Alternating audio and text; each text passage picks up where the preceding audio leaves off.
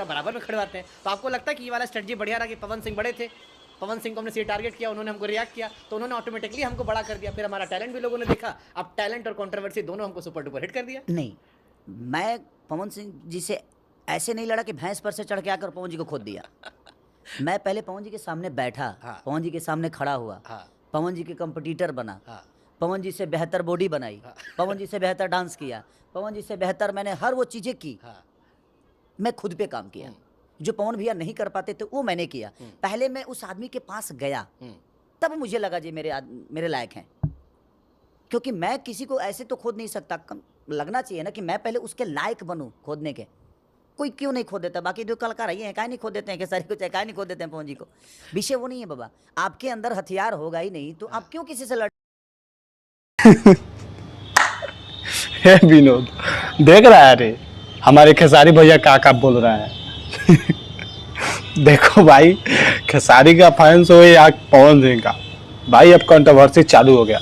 लेकिन हाँ, तुम सब अपना मत लड़ना, क्योंकि मैं जो बात बताने जा रहा हूँ प्लीज उस बात को सुन लेना, तब उसके बाद तुम सब अपने में लड़ना या कुछ भी करना। लेकिन भाई पहले बात सुन लो कि बात में सच्चाई क्या है। अभी खेसारी लाल यादव भाई गए थे शुभंकर मिश्रा के पास इंटरव्यू देने, वो इंटरव्यू 2 घंटा से ऊपर का है भाई। लेकिन उसमें खेसारी लाल यादव बात बोलते हैं कि मैं पवन सिंह से अच्छा बॉडी बनाया, पवन सिंह से अच्छा डांस किया और पवन सिंह से अच्छा वो हर एक काम किया जो पवन सिंह नहीं कर पाए। लेकिन भाई अब कितने लोग सोचेंगे कि पवन सिंह से कौन सा ऐसा काम बाकी है कि बाकी रह गया है, वो पवन सिंह नहीं कर पाए हैं।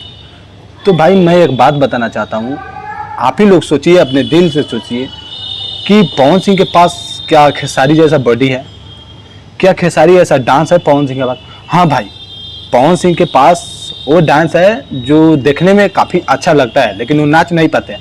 लेकिन जिस तरह खेसारी लाल यादव नाच देते हैं, जिस तरह उनका बॉडी है, तो भाई ये सच्ची है कि खेसारी लाल यादव जैसा ना उनका बॉडी है और ना ही खेसारी लाल यादव जैसे वो नाच पाएंगे।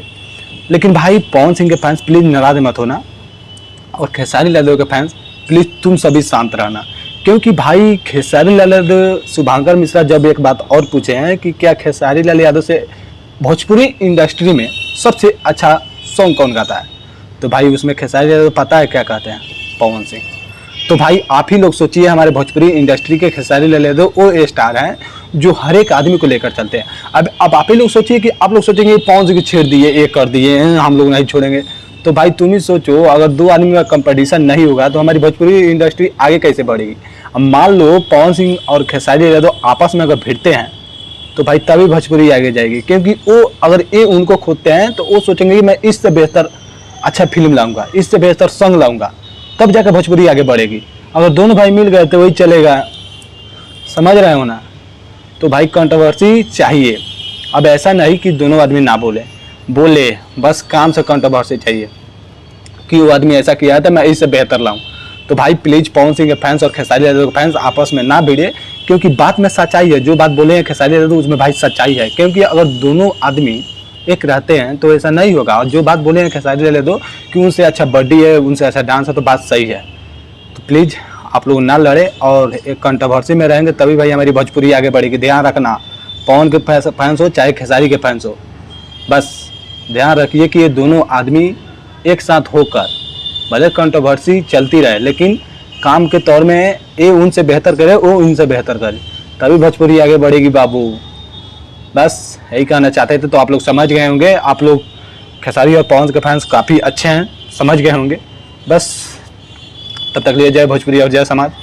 प्लीज़ दिल पर ना ले, क्योंकि होता है यार, अगर है इंडस्ट्री में तो कुछ तो चाहिए भोजपुरी को आगे बढ़ाने के लिए।